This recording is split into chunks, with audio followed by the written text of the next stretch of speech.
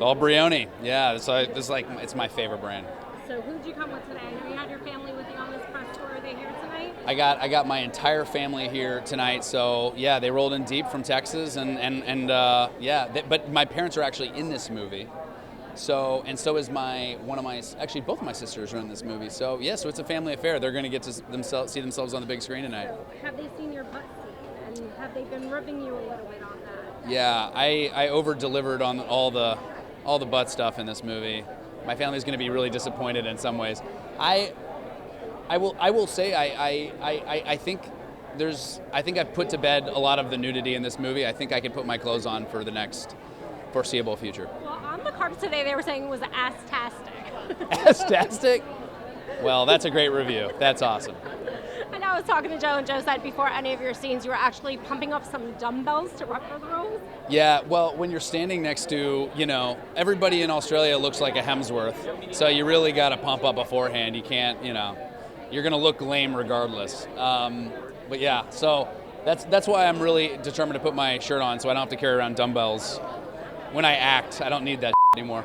Well, it's funny because, I know that, Sydney spoke about in her women's health that she carries dumbbells with her as well. So were you guys going back and forth, seeing who had the bigger dumbbells, working out together? Look, Sydney's got that 25-year-old metabolism. She didn't have to work nearly as hard as I do. But it was definitely a health-conscious set, for sure. What was it like having her as a producer? Because she played double duty on it. She is a boss. Sydney Sweeney is... I think that's one thing, is everybody knows Sydney for obviously being a powerhouse of an actress, but I think this movie is such a great demonstration of her as a producer. She found, it's obviously she wanted to do a rom-com with Much Ado About Nothing. She took that, she got the writer, she put me on it, we found the filmmakers, and really she built this thing out and was so involved every step of the way. So I'm just really excited that this is such a big global step for the Sydney Sweeney era that we're about to go on.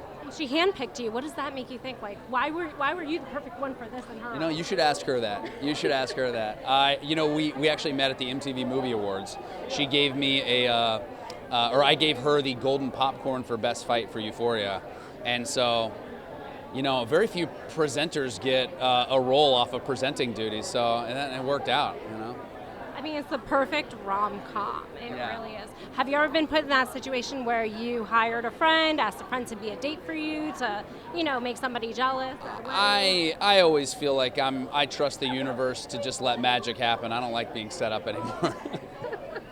Yeah. I know. Everybody's wondering, Top Gun 2, have there been any conversations about it? Are you texting with Tom? Well, I talk to Tom all the time, but we do not talk about Top Gun 2.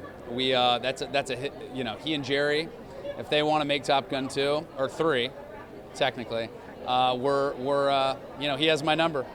So who takes the longest to respond back to the text between you and Tom? Tom is the quickest response ever. I'm a terrible texter. It definitely takes me longer to respond. So what does he say? And he's like, hey, bro, why are you not responding back? Yeah, he's like, dude, I'm definitely busier than you. Why is it taking you so long? But yeah, that's we all have our weaknesses, and texting promptly is one of mine. And I love your men's health magazine. You talked about basically now how you're being scrutinized in the public. People see your every move, the photos even of you and Sydney together. Yeah.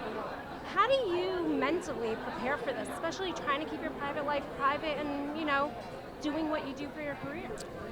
I think it's a really interesting era where you just have to be along for the ride. You just have to enjoy yourself. At the end of the day, that's why I keep my family really close. That's why I keep my friends close. It's this journey. It's not for anybody else except the people that you love, the people that actually care about you. And it's been an amazing ride. And there's all that other stuff. It's just noise at the end of the day. So I'm actually kind of starting to, I wouldn't say enjoy it, but at least appreciate it.